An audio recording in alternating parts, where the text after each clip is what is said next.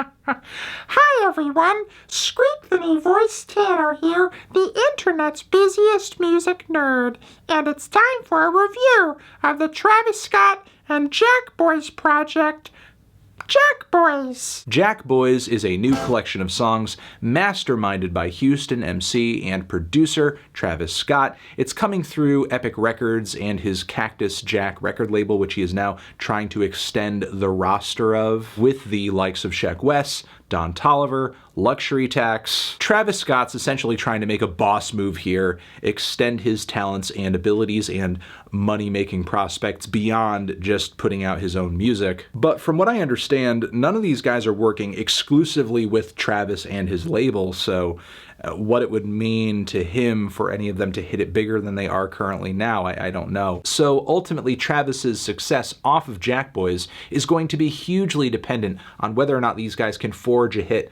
collectively, form a musical identity. I mean, I'm assuming there's going to be more for Jackboys to develop off of from here because this project that's just been dropped is only 7 tracks long. So I wasn't really sure what to expect going into this, especially since the kickoff of this thing is Travis Scott's recent single, Highest in the Room, a very mediocre track for Travis with one of his stalest beats and flows since Birds in the Trap. The song doesn't really advance the psychedelic and wondrous world that he's built his brand on, and in my original review for the track, I thought that it could have used a feature, an appearance, something. Originally, I was glad to hear that Travis was open to that idea by doing a remix version on this project. But the issue is he added Rosalia and Lil Baby to this song, which is about the worst pairing that I could ever imagine. Especially since it sounds like Lil Baby spit his verse on a handheld recorder in a broom closet. And then with the addition of Rosalia on this track,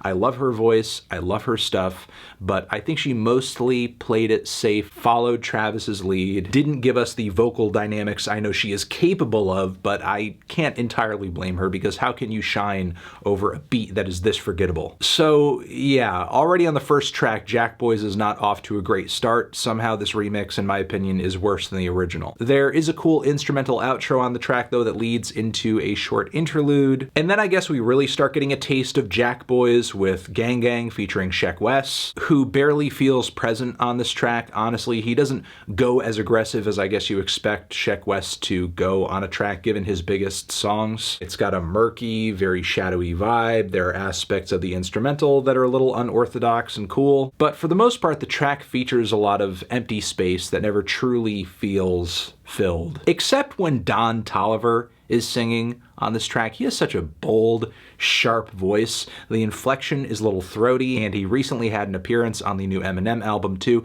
Screaming out, no regrets. Pretty much every part of this song is mildly sleepy, except when Don is just belting out those notes. He also dominates on Had Enough, featuring Quavo and Offset, where the two Migos provide pretty standard verses, filling the gap between Don's voice at the start and the end of the cut, which sounds fantastic over these glamorous pianos and hard-hitting drums. His hook on this track is maybe the best hook on the entire project, but a close second for me in terms of my favorite on this thing is maybe Out West with Young Thug. I love the cool little woodwind melodies laced into the beat on this one. Also Thugger's wild, rubbery, and insane inflections on this track are something to behold. Even if he does drop some weirdly perverted and obsessive oral sex bars, it's like that private. It's kind of a shortcut though. It would be amazing if it were a part of some larger Travis Scott style multi-phase trap psych epic. The song What to Do isn't bad. A lot of good aspects of this track, but having a mellow cut on such a short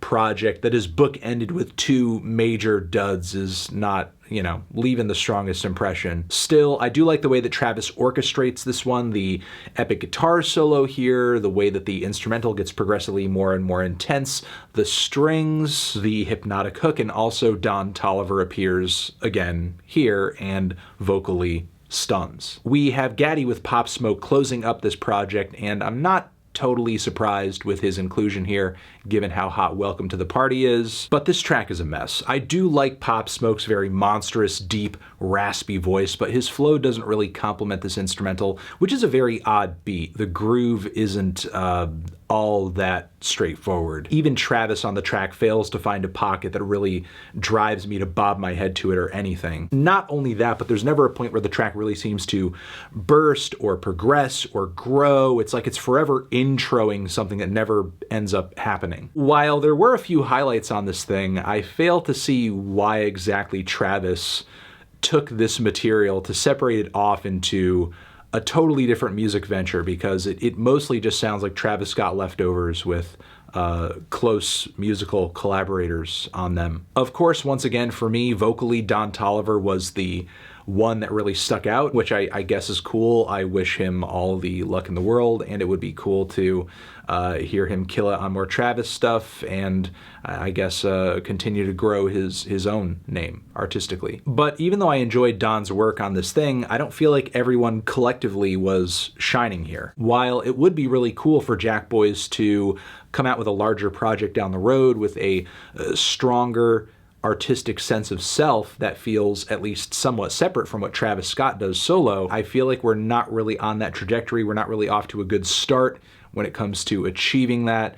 At the end of the day, Jackboys may end up being nothing more than just a weird Travis Scott detour that we hear some subpar Travis Scott style trap from every once in a while, I guess. Feeling a decent 2 strong 5 on this one. Transition, have you given this project a listen? Did you love it? Did you hate it? What would you rate it? You're the best, you're the best. What should I review next? Hit the like if you like. Please subscribe and please don't cry. Hit the bell as well. Over here next to my head is another video that you can check out. Hit that up, or the link to subscribe to the channel.